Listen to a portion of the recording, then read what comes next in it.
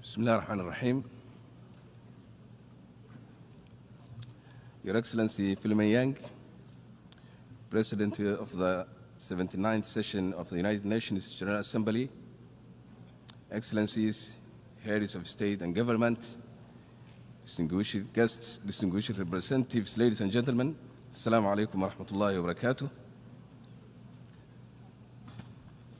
Allow me to begin by congratulating you, Mr. President, on your election as President of the 79th session of the United Nations General Assembly.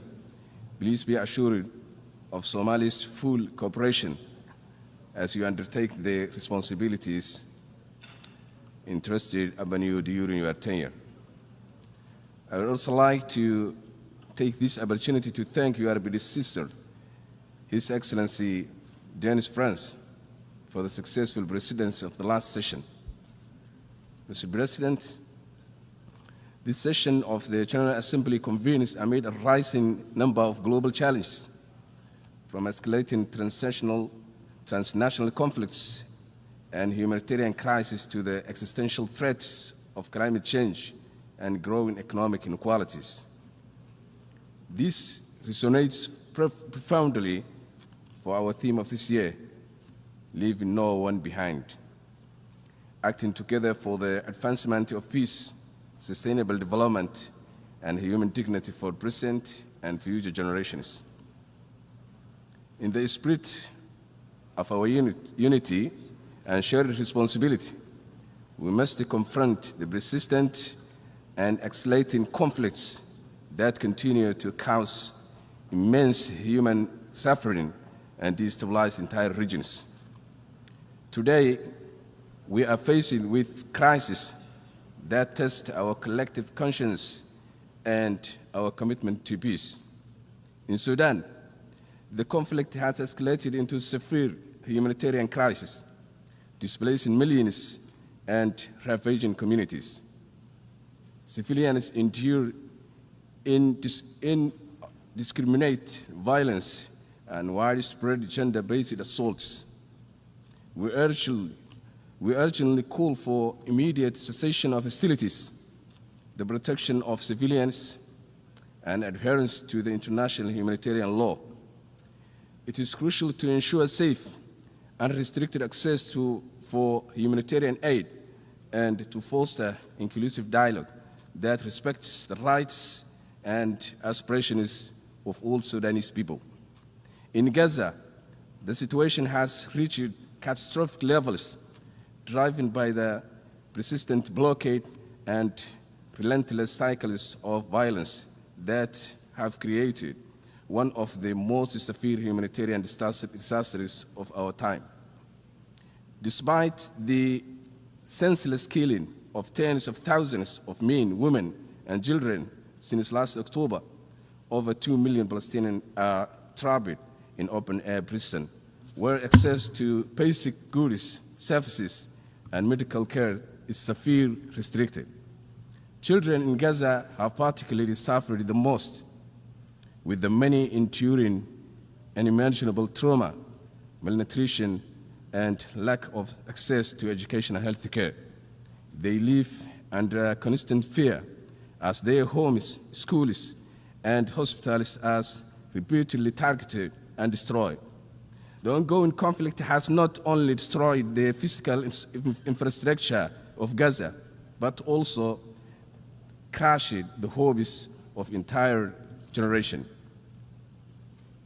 The world cannot continue to turn a blind eye on this gross injustice and the continuous violations of international law by the Israeli government. We call on the international community to take immediate and decisive action to reinforce an unconditional ceasefire, to lift the inhuman blockade, and to recommit to a political process that ensures a just and lasting peace based on the two-state solution, thereby restoring the rights, dignity, and future for Palestine people. In Ukraine, the war now in its third year has inflicted a devastating toll on civilians, destroying homes and critical infrastructure, and leaving millions without essential services. The legacy of trauma and displacement will affect generations. We urgently call for an immediate cessation of hostilities, a ceasefire, and adherence to international humanitarian and human rights law, including avoiding attacks on civilians, critical infrastructure, and nuclear facilities. It is essential to open channels for dialogue and achieve the lasting political settlement. The international community must act swiftly to prevent further escalation and support efforts for peace. Mr. President, while international crises demand our attention, we must not overlook regional threats that directly challenge national sovereignty and stability. Somalia currently faces a serious threat from Ethiopia's recent actions, which flagrantly violate our territorial integrity. Ethiopia's attempts to annex parts of Somalia under the guise of securing sea access are both unlawful and unnecessary. Somali ports have always been accessible for Ethiopia's legitimate commercial activities, reflecting our commitment to regional trade and cooperation. However, Ethiopia's aggressive maneuvers, including its controversial agreement with one of our regional administration, undermines Somali sovereignty and embolden secessionist movements threatening our national unity. These actions not only sow division at the time when Somalia is striving for peace and cohesion, but also serve as propaganda for terrorist groups like Al-Shabaab, who exploit Ethiopia's provocations to recruit and radicalize vulnerable individuals.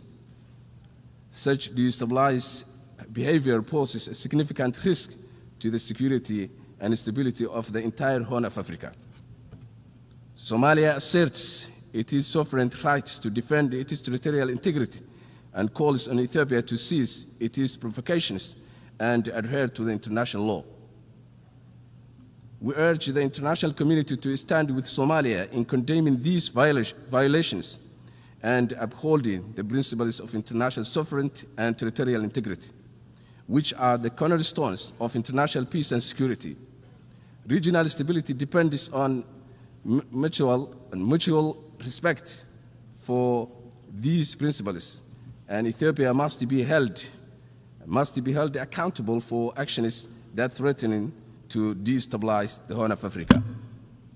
Mr. President, while the conflict may capture the headlines, we must not lose sight of other pressing global challenges that demand our immediate attention and collective action. Somalia's experience underscores the importance of sustainable funding for peacekeeping. For over 15 years, we have hosted key African Union missions like AMISOM and ATMIS, which have been critical in countering Al-Shabaab and supporting state building. As a new mission, AUSM takes over with a focus of counterterrorism and capacity building. Its success depends on reliable funding. Peacekeeping is about creating lasting stability, not just maintaining peace, and we urge the international community to support innovative funding solutions to ensure these missions fulfill their vital roles. Mr. President, climate change is a global crisis that touches every life and every community, but nowhere is its impact more deeply felt than in vulnerable nations like Somalia. We endure relentless droughts, devastating floods, and rising temperatures that tear apart our communities and threatening our very survival. While the recent COP28 conference made important strides with the creation of a loss and damage fund and the commitment is to expand renewable energy, there remains a significant challenge accessing these funds. For many developing countries, the reality is that complex bureaucracy, rigid criteria, and lack of necessary resources often stand in the way they receive the help they so desperately need. It is not just about making promises, it is about ensuring that those promises can reach the people who need them most. We call on the global community to simplify access to these crucial funds so that countries like Somalia can build resilience, protect our people, and secure the future where everyone has the chance to thrive. Mr. President, reform in the United Nations Security Council is essential to ensure it reflects today's geopolitical realities. The current structure no longer adequately represents the voices and concerns of world nations, particularly those in Africa, Asia, and Latin America. We support the Zilwini Consensus, which calls for a more representative and inclusive council.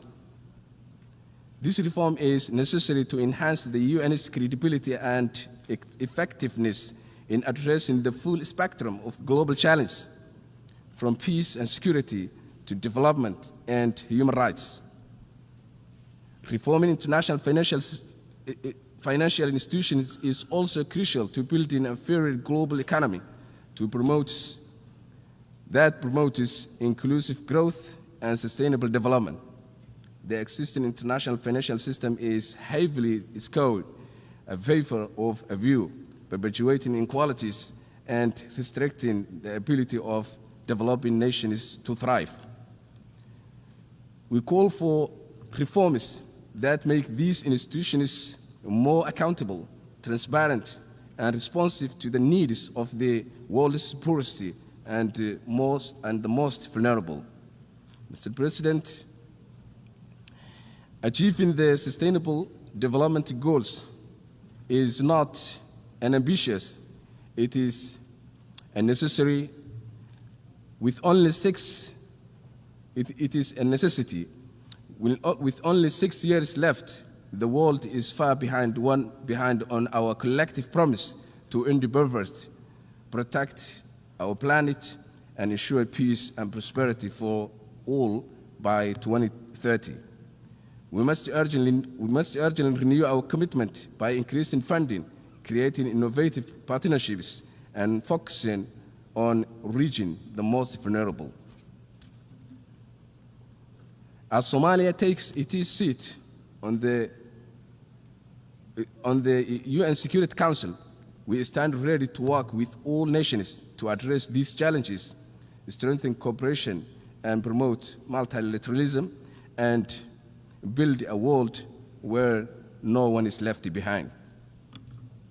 Mr. President, Excellencies, ladies and gentlemen, Somalia has come a long way on its journey toward stability and development. This past year has been particularly significant, marked by critical milestones that signal Somalia's rising trajectory. We have successfully completed the debt relief process, allowing us to reclaim our economic sovereignty and integrate into a global financial system. Additionally, Somalia's accession to the East African community marks a new era of regional integration, trade, and cooperation.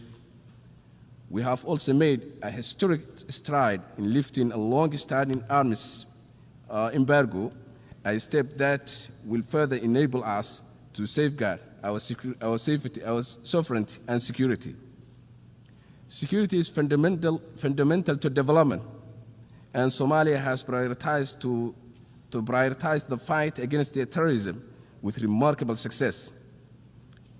In the past 2 years, our national security forces have reclaimed more than 2/3 of the territory that was once under the control of a Shabab terrorist group, significantly diminishing their operational capability. Mr. President, with marked progress in governance, democratization, and political stability, Somalia stands on the brink of significant economic growth, with vast untapped resources and strategic location along major maritime trade routes. Our arable land offers great potential for agricultural protection, and our livestock sector is already among the strongest globally. We also have one of Africa's highest potentials for renewable energy, particularly on onshore wind power. And our extensive coastline provides rich opportunity for sustainable fishing and other sectors of blue economy. To capitalize on these assets, we are drafting a national transformation plan that outlines our vision for leveraging our resources to achieve stability, self-reliance, and prosperity. And we welcome international investment and cooperation to help us realize this potential, integrate into the global economy, and contribute to regional peace and stability through strong partnerships. Mr. President, as we look ahead, Somalia is determined to be defined not by the hardships of its past, but by the possibilities of its future. Let us act now to build a future where every nation, every community, and every person can thrive in dignity and peace. I thank you for your attention.